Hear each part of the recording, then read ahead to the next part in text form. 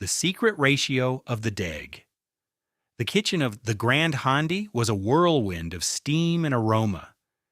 It wasn't just the rhythmic chopping of onions on wooden boards.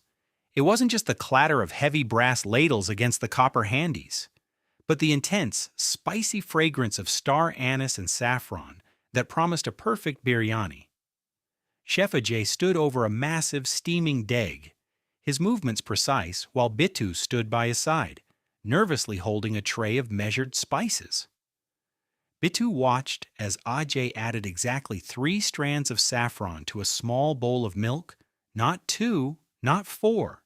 "Chef," Bittu whispered, looking at the mountain of rice waiting to be added. "Does it really matter?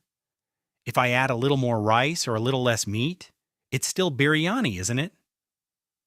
Chef Ajay stopped. "Bittu, a masterpiece is not an accident," Ajay said, wiping his hands on his apron.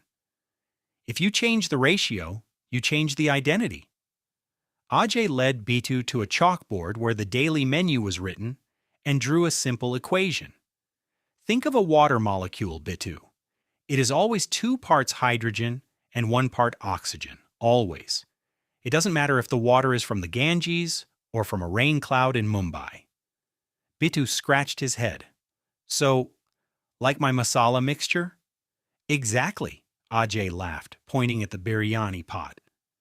"In a chemical compound, the elements are always present in definite proportions by mass. This is the law discovered by Joseph Proust." Ajay picked up a handful of long-grain basmati rice. "If I have 10 kilos of rice and 5 kilos of meat, I have a specific taste. If I add 20 kilos of rice to the same meat, the compound of our biryani is broken. It's no longer the same dish." Bittu looked at the spices on his tray. "So whether I make 1 plate or a whole deg for a wedding, the ratio of rice to meat stays the same?" "Perfect," Ajay nodded.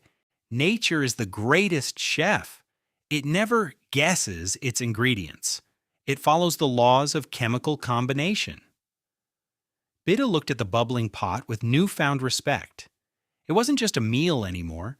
It was a chemical reaction in perfect harmony. "So," Bittu said, carefully leveling a spoon of salt, "I'm not just a helper, I'm a lab assistant?" Ajay patted his shoulder. "Every great chef is a chemist who knows that balance is law." The kitchen felt different now. Not just a place of heat and hurry, but a place of mathematical beauty, of fixed ratios, of scientific soul. Bittu lowered the rice into the pot with steady hands. A simple plate of biryani had revealed the constant laws that build the entire universe, science, hidden in the steam of a kitchen.